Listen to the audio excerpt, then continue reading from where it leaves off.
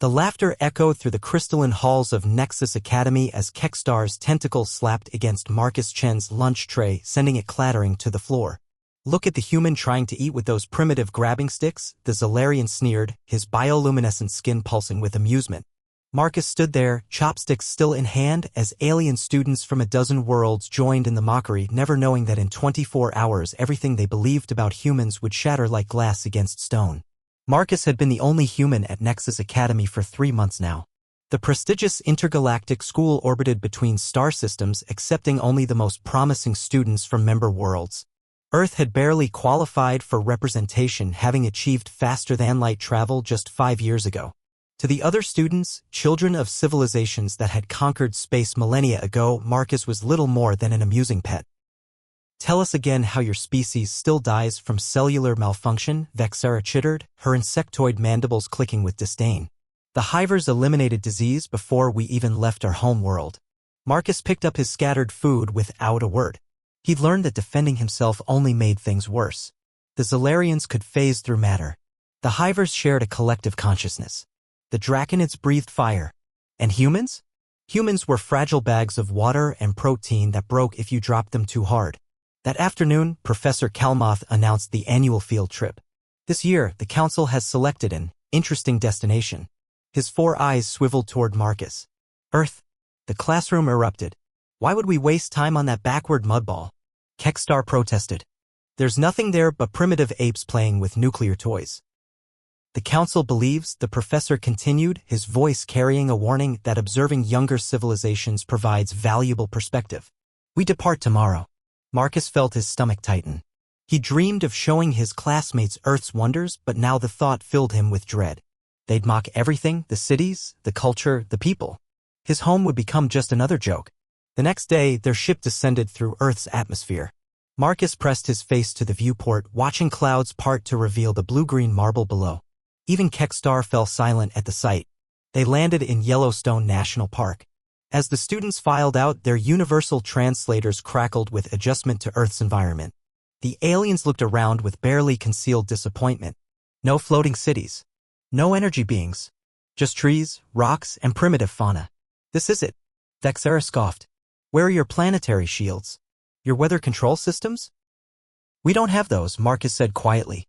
"We work with nature, not against it." The group laughed. Then the ground trembled. Seismic activity detected, someone's scanner beeped. Magnitude increasing. The tremor intensified. Trees swayed.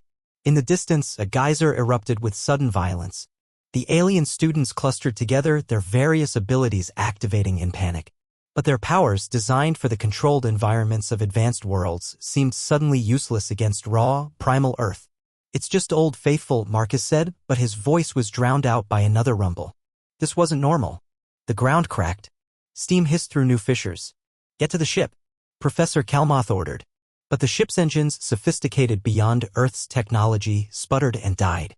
The magnetic interference from the awakening volcanic system had fried their delicate systems. Panic spread through the group.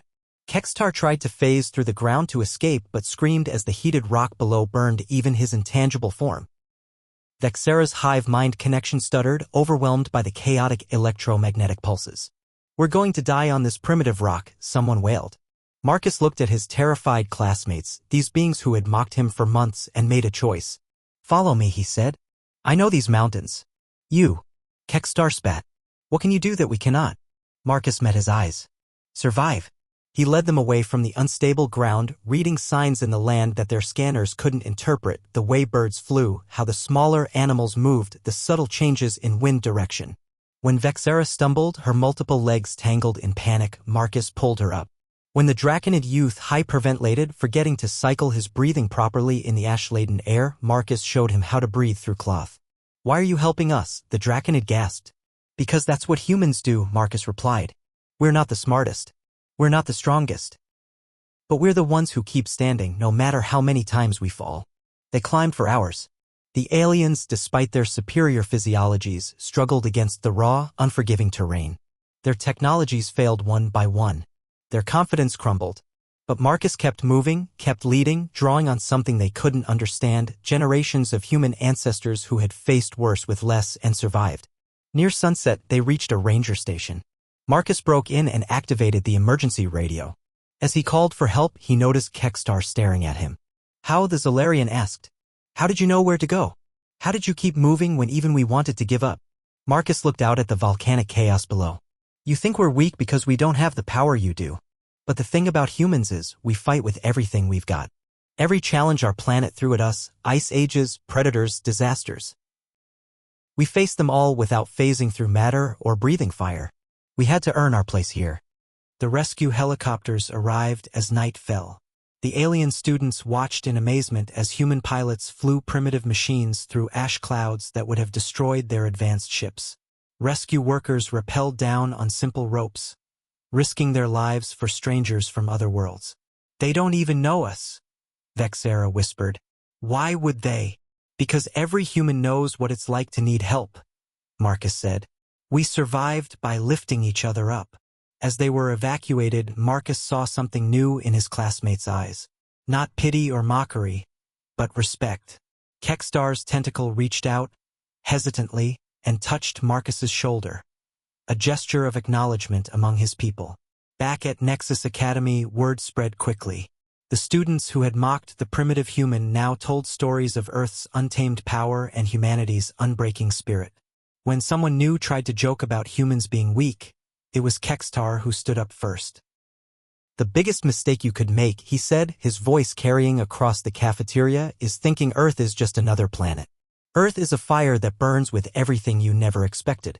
Professor Kalmoth found Marcus in the observation deck later, looking out at the stars. "The council chose Earth for a reason," the professor said. "Not to humble the other students, but to teach them something their advanced worlds had forgotten." "What's that?" Marcus asked. "That strength isn't measured in the power you're born with, but in what you do when that power fails you. Your species understands something mine forgot long ago. It's not the size of the fighter in the ring, it's the fight in the fighter." Marcus smiled, thinking of his chaotic, beautiful, dangerous home. "You didn't learn anything by looking at us. You learned everything by feeling what it means to be human." The professor nodded. "Indeed. And perhaps that's the most important lesson any of them will ever learn." From that day forward, no one at Nexus Academy mocked the human. They had seen what happened when the universe stripped away every advantage, every power, every technology. They had seen what remained. And what remained was unbreakable.